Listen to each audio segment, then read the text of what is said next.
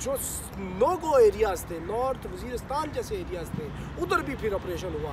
پھر ان کی کمر ٹوٹی، فوج نے پھر شہادتیں مزید دیں، سولینز نے بھی شہادتیں دی، پیراملٹری فورسز نے بھی شہادتیں دی، سب نے شہادتیں دی.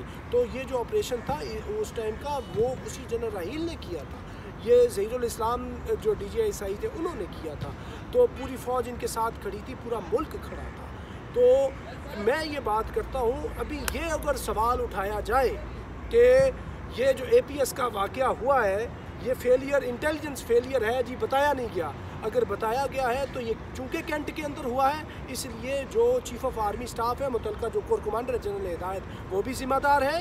یہ جو بات ہو رہی ہے ابھی، جنرل ہدایت بھی ذمہ دار ہے، یہ جنرل ظہیر بھی ذمہ دار ہے، جنرل رحیل بھی ذمہ دار ہے، اور اس کے علاوہ جو سیکٹری انٹیریئر ہے وہ بھی ذمہ دار ہے. چودھری نثار علی خان وزیر داخلہ اپنی فیڈرل کیپیسٹی کے اندر ذمہ دار ہے. تو یہ سارے ذمہ دار ہوئے تو اوپر سب سے پہلے پھر جناب وزیر اعظم نواز شریف صاحب بھی ذمہ دار ہیں.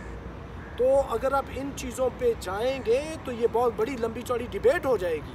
میرا بات کرنے کا یہ مطلب ہے، یہ جو مقدس گائے کوئی والی نہیں ہے، اس سے فوج کو اگر آپ دوبارہ ٹارگٹ کریں گے تو یہ آپ قربانیوں کو انڈرمائن کریں گے. ہاں ادھر تنقید بنتی ہے، فوج پہ تنقید کریں کہ یہ جو آپ ٹی ٹی پی کے ساتھ سارا پیس ڈیل کر رہے ہیں، اس کے لیے کامن کنسنسس پیدا کریں، پورے ملک کا نیریٹو لیں، ایک اسی طرح نیریٹو لیں جب آپ نے ضرب عزم ٹائم لیا تھا.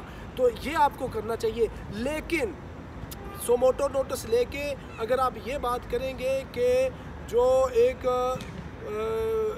گڑے مردے ان کو اکھاڑیں گے تو پھر یہ بات آگے تک شاید چلے جائے. پھر آپ یہ بھی دیکھیں گے کہ پورے ملک کا جو یہ بیڑا غرق ہوا ہے، پورے ملک کے اندر یہ جو جاب لیسنس اور امپلائمنٹ کا مسئلہ ہے، یہ جو بھوک ننگ ہے، کتنے مسائل ہیں، اس کے کون ذمہ داران ہیں. پھر یہ 7 سال کا مسئلہ نہیں ہے، یہ بات دور تک چلی جائے گی کہ پھر آپ دیکھیں گے ان کے ذمہ داران تو سارے پولیٹیشنز ہیں. پھر مطلب ساری اور باتیں کھل جائیں گی. یہ ڈھاکہ فال کے کریکٹر سے سامنے آئیں گے. اگر فوج کی کمزوری ہے وہ بھی سامنے آئے گی، جو دوسرے لوگ تھے، پولیٹیکل لوگ تھے، ان کی بھی سامنے آئے گی.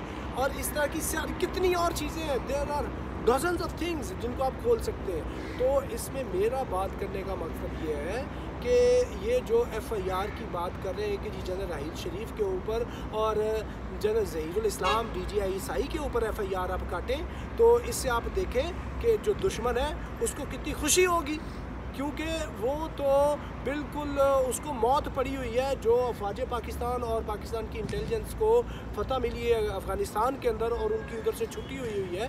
تو اس لیے اس طرح کی چیزوں کو اگر ہم زیادہ ڈسکشن میں لے کے آئیں گے تو اس سے معاملہ تو حل کوئی نہیں ہونا. ہاں جی، جو مین ایشو ہے کہ جو نیشنل ایکشن پلان ہے اس کے اوپر من و عمل ہونا چاہیے.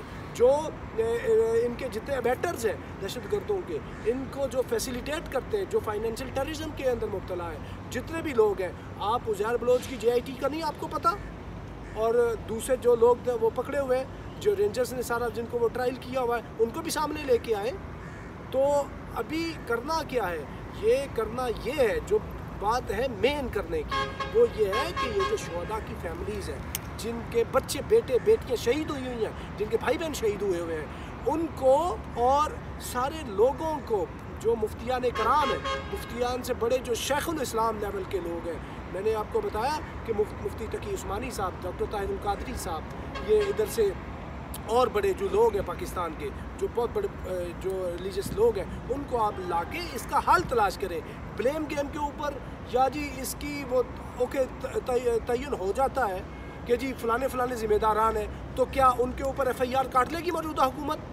کیا اتنی طاقت ہے کہ یہ ان کے اوپر ایف آئی آر کاٹ لیں؟ یہ تو جنرل مشرف، جب اس کو نواز شریف، جو جنرل مشرف کا نواز شریف کا اتنا آپس میں بیر تھا جیسے کوئی ذاتی دشمنی ہوتی ہے، وہ نہیں روک سکا تھا نواز شریف، یہ انڈر آرٹیکل 6 اس کو ٹرائل کرنا چاہتا تھا. تو یہ آپ حقیقت پسندی کی بات کریں، کیونکہ حقیقت پسندی یہی ہے کہ نہ ایف آئی آر کٹ سکتی ہے اور نہ ہی اس طرح کے معاملات ہو سکتے ہیں. حقیقت پسندی یہ ہے کہ آپ آگے بڑھیں. اگر پیس ڈیل ایگریمنٹ سائن نہیں کرنا، نہ کریں. شہداء کی فیملیز چاہتی ہیں، ان کا استحقاق ہے 100%، کیونکہ ان کا بلڈ نکلا ہوا، ان کے بچے شہید ہوئے ہیں. اگر وہ نہیں چاہتے تو نہ کریں. یہ جتنے دہشت گرد ہیں، جب اتنا بڑا ان کے ساتھ ہم نے وہ نمٹے ہیں، تو یہ تھوڑے سے جو رہ گئے ان کے ساتھ بھی نمٹ لیں گے. ہم بتا دیں گے افغانستان کی حکومت کو کہ جی ہمارے ملک کے اندر کنسنسس نہیں ہے, جن کا بلڈ وہ نکلا ہوا ہے یا تو یہ خود ان سے معافی مانگیں اور جا کے دیت دیں ان کو, یا معافی مانگیں, جیسے بھی وہ راضی ہوتے ہیں ان کو راضی کریں, پھر ہم سے پیس ڈیل کریں گے.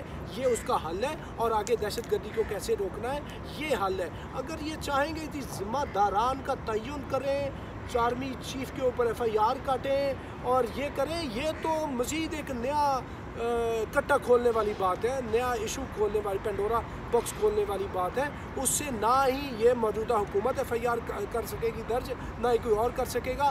تو اس سے عدالت جاتی تناؤ بڑھے گا, سپریم کورٹ کے ساتھ افواج پاکستان کا تناؤ بڑھے گا, موجودہ حکومت کے ساتھ افواج پاکستان کا تناؤ بڑھے گا. کچھ پولیٹیشنز ٹیلی ویژن کے اوپر آ کے اس طرح کی سٹیٹمنٹس دے بیٹھیں گے جس سے افواج انڈرمائن ہوں گی اور وہ سمجھیں گے کہ یہ ہمارے خلاف بات کر رہے ہیں. پھر ایک اس طرح کی کیفیت پورے ملک کے اندر تناؤ کسی آ جائے گی جس سے فائدہ کوئی نہیں ہوگا عوام پاکستان کو, نہ ہی شہداء کی فیملیز کو, اور اس طرح پاکستان کا مجموعی جو ہے ماحول وہ خراب ہوگا. اس لیے آپ پاکستان کے مجموعی ماحول کی بہتری کے لیے کام کریں, اور بہتری یہی ہے کہ جو میں نے آپ کو بتا دیا ان اقدامات کے اوپر عمل درآمد ہونا چاہیے, اور اس کو اچھے ایک ریزنیبل طریقے سے آپ آگے بڑھائیں کہ جی FIRs کاٹ دیں. نواز شریف پہ بھی FIR کاٹیں, کٹی ہوئی ہے پہلے بھی FIR, یہ ثانیہ ماڈل ٹاؤن کی نواز شریف پہ بھی کٹی ہے, شہباز شریف پہ بھی کٹی ہے, خواجہ سعد پہ بھی کٹی ہے, چودھری نثار پہ بھی, رانے ثنا پہ بھی کٹی ہے. کیا ہو گیا ایسے FIRوں کا کیا ہوتا ہے؟ یہ تو ایسے ہی ٹرک کی بتی کے پیچھے لگانے والی بات ہے. آرمی چیف کے اوپر آپ FIR کاٹ دیں گے تو کیا انصاف کے کٹہرے میں کھڑا کر دیں گے؟ انصاف ہونا چاہیے. میں یہ بنیادی بات, یہ اس سے ڈس ایگریمنٹ نہیں ہے, لیکن معاملہ یہ ہے کہ آپ نے انصاف کو کرتے کرتے کیا مسئلے کو حل کرنا ہے کہ یہ ٹرک کی بتی کے پیچھے لگانا ہے. تو جو عوام پاکستان ہے اور جو میڈیا اس کو ایک نیا موضوع نہ دیں, بلکہ بتائیں کہ یہ ایک سینسٹیبلٹی پریویل کرتی ہے ملک کے اندر. تو ایسی صورت کے اندر اداروں کو ایک دوسرے کو انڈرمائن کرنے کی بجائے ایک دوسرے سے کوآپریشن سے جو ایشو ہے اس کو ریزالو کرنا چاہیے. ایشو کیا ہے؟ پیس ڈیل TTP کے ساتھ, وہ ہونی چاہیے یا نہیں ہونی چاہیے اس کا میں نے بتایا. شہداء کی فیملیز, سارے ملک کے اکیڈیمیا, ریلیجیس لوگوں کو بٹھائیں, اگر وہ اوکے کرتے ہیں ٹھیک ہے, نہیں کرتے تو نہ صحیح. تو دس از واٹ اٹ از. تو ناظرین اب تک کے لیے اتنا ہی. اپنے next time thank you very much. Pakistan زندہ باد.